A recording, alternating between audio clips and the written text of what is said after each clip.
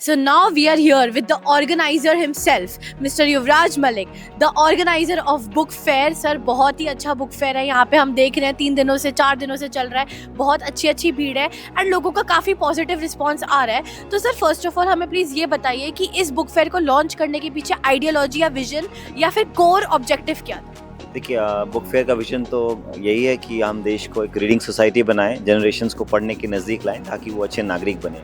और ये अभियान अभी नहीं, पिछले 6 दशक से चल रहा है, लेकिन अभी इसको हमने काफ़ी स्केल अप किया है. 1972 में ये बुक फेयर शुरू हुआ था, लेकिन आखिरी के 2 सालों में ये लगभग 10 गुना बढ़ चुका है.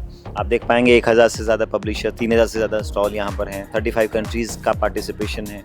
एक सुंदर थीम हमने बनाई है.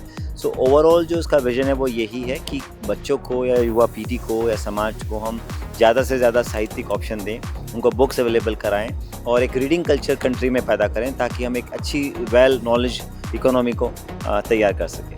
सर अगर हम रीडिंग कल्चर की बात करें तो आज के टाइम में हम जानते हैं कि जैसे जो नेक्स्ट जनरेशन है वो ज़्यादा सोशल मीडिया यूज़ कर रही है या लैपटॉप्स पे, और प्रिंट मीडिया की काफ़ी हद तक वैल्यू डाउन हो चुकी थी.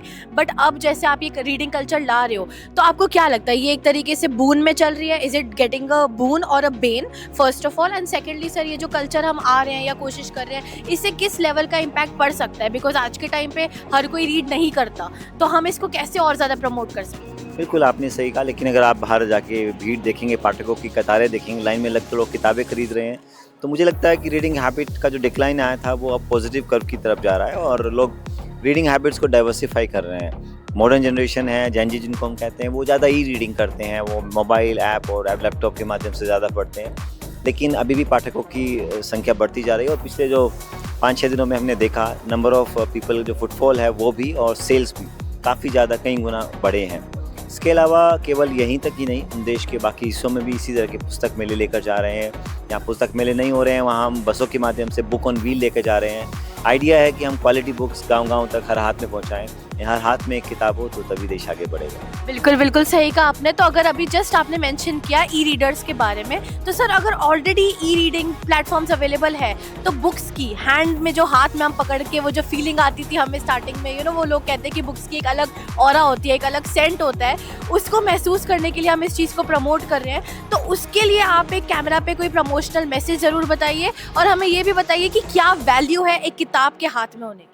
देखिए, किताबें it's like a torch for the society. अगर किताबें नहीं होंगी तो समाज पूरी तरह डेफ एंड डम रहेगा. किताबें हमें बोलना सिखाती हैं, किताबें हमारी पर्सनैलिटी को शेप करती हैं, समाज को दिशा देती हैं and they are carrier of the civilization.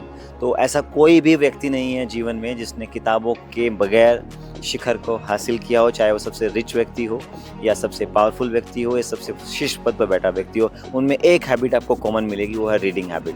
तो किताबें पढ़िए, इतना बड़ा समुद्र यहाँ किताबों का है, एक किताब यहाँ लेके जाइए. You never know that one book can change your life, so come and get that book. Definitely one book can change your life. I think this is one of the deepest concepts and like really कहते हैं ना treasure line होती है, आपने हमें वो दे दी है sir. बहुत अच्छा लगा आपसे बात करके and this book fair I must say is really wonderful. We can see a huge crowd over here. So thank you so much sir, बहुत अच्छा लगा आपसे बात.